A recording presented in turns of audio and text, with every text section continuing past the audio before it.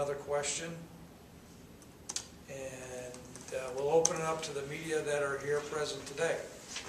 Craig, after looking at the film, was there anything else? You mentioned obviously Michigan State's very good, but anything that stood out to you on film that was good or bad from the Michigan State game, at least as far as your team goes? Well, you got to look at our running backs. They continue to make big plays against some pretty good people and very good people, and then we had a couple of big plays from our receivers as well. And so that was consistent against Oregon. It was consistent against Michigan State. So from that standpoint, you got to look and say, we need to continue to highlight those players because they've shown that they have the ability to compete, not only compete, but excel on a grand stage. Now, there's other parts of our football team. Our assignments on defense have got to improve. There were things that Michigan State did well, but there's things that we've got to get corrected fundamentally. The other thing that became apparent to us is that our physicality when we're playing somebody like Michigan State is deficient, and sometimes it takes a game like that to really give you I don't want to say a wake-up call, Robert, but that's a baseline to where you're saying, okay, now that's the best, and that's what we need to be. And so that portion is going to be a long-term correction. The other things, we've got to hone up and get fixed. And in special teams, we had that field goal blocked, and we've been pretty good in that area. And we've got to work on our protection there. You mentioned the running back play with Sean. You knew going in that he could break tackles and was a powerful running back. Have you been pleasantly surprised with his ability to break off long gainers, these 40 and 50-yard runs? That's a good comment, and I agree with you. I have been surprised, and that's not making a knock on Sean. I thought initially Sean was going to be a plugger, not a plugger, but a guy that's going to turn the chains over, and DJ would be the big play hit guy. And what you're seeing is both of them have ability to make big plays, but you're seeing time and time again Sean breaking off big runs, and it was. He made a nice cut. The Michigan State safety missed him, and he was in the end zone. How much does it help him in this offense where he seems to be a natural north-south runner? He's going to hit the hole and find it. How much does that kind of fit into what you guys like to do there? Well, that was a real concern of ours as we came here. We're a tailback-oriented offense when it comes to the running game, and the downhill runs are significantly different than what a runner does in a spread offense. I'm sure Sean was excited about the style of offense that we're playing also because, deep down, he sees himself as a tailback, and he certainly excelled as a tailback, and will continue not only with Sean but with DJ and Brian to utilize our tailbacks. You mentioned you'll practice this week and then do some, so you go normal practice days through the middle of the week, and then coaches go out the end of the week to recruit, or kind of how will this week go practice-wise? Today we're not practicing, but they're spending time in the weight room doing recovery. We'll do extra film work. I think it's important to, some of our guys have been getting through to the next game.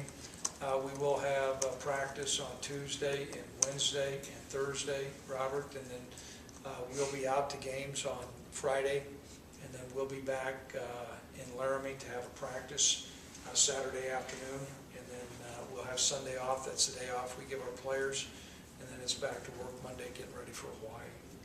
As far as the bye weeks go, you guys have been very successful after bye games at North Dakota State. I'm wondering just kind of what's your mentality with the bye week about what you try to focus on, what you do differently than you would normally do? Well, every year is a different year, but there's kind of been a similar formula that we've used.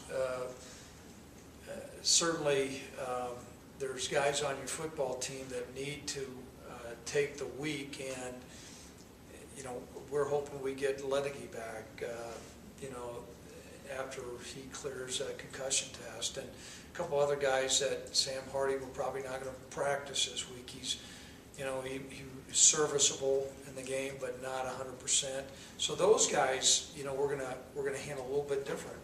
Other guys, we're going to spend fundamental work. There's times that a freshman like Robert Priester needs work on the first big run that popped out well. His fundamentals, he needed to be in a leverage position, and that's things that it just takes some time. Sometimes where you're not so concerned about schemes, you're looking at, okay, here's our fundamentals of our defense and offense. So we'll do that. And then the other thing is a lot of schools will not practice on Friday and Saturday and Sunday. And it has been my experience that with that long a gap, with a fairly young football team, guys, it's kind of like you come back to Monday and you have to start all over again. And that's why we integrate a practice on Saturday.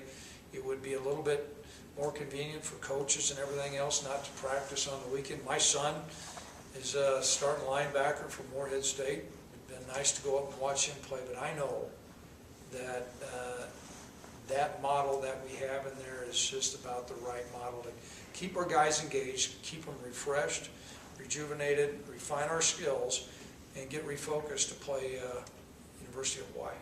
Greg, you mentioned Ledecky and Hardy. How's the rest of the injury situation? I know I don't see Jesse on the depth chart now. Right. But where else? Jesse will be out for a couple weeks, and we're hoping to have him back in a couple weeks. And so, but going through the, quite frankly, Robert, going through the gauntlet that we went through, I think we're pretty fortunate.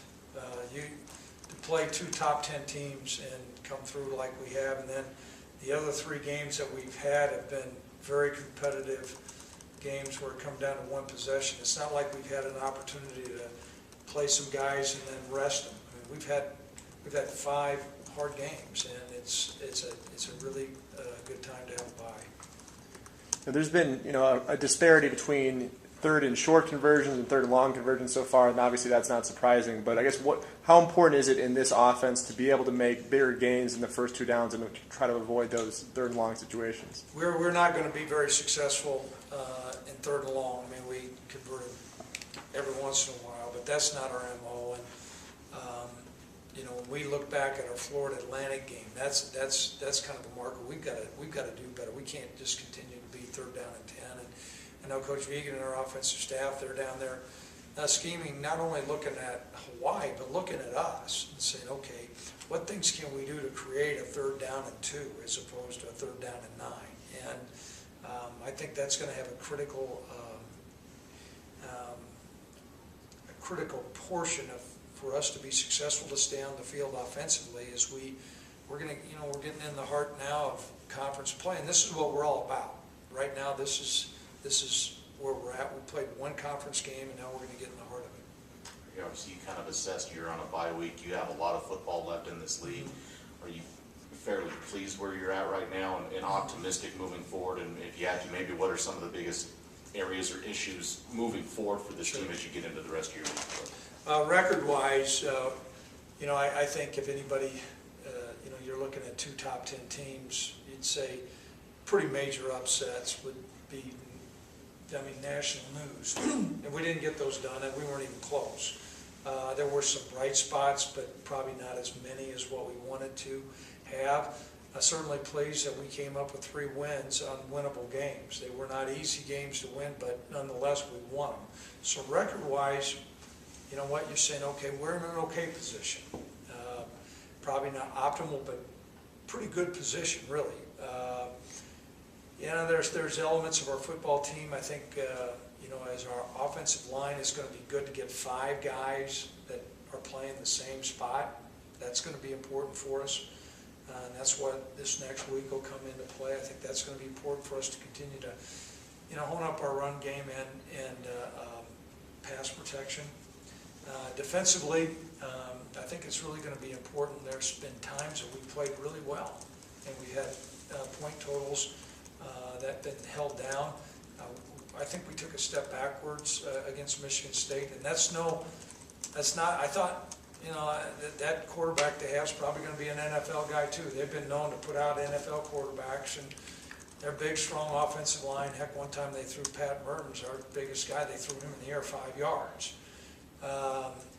But there's things within that game that we've got to get better at. For me to look the media in the eye and say, yeah, well, Michigan State was great, and we played pretty doggone well on defense. That's not accurate. I think there's a middle ground there. Michigan State is really good. We got to get better than what we just showed there, and so we'll work on that this week. Still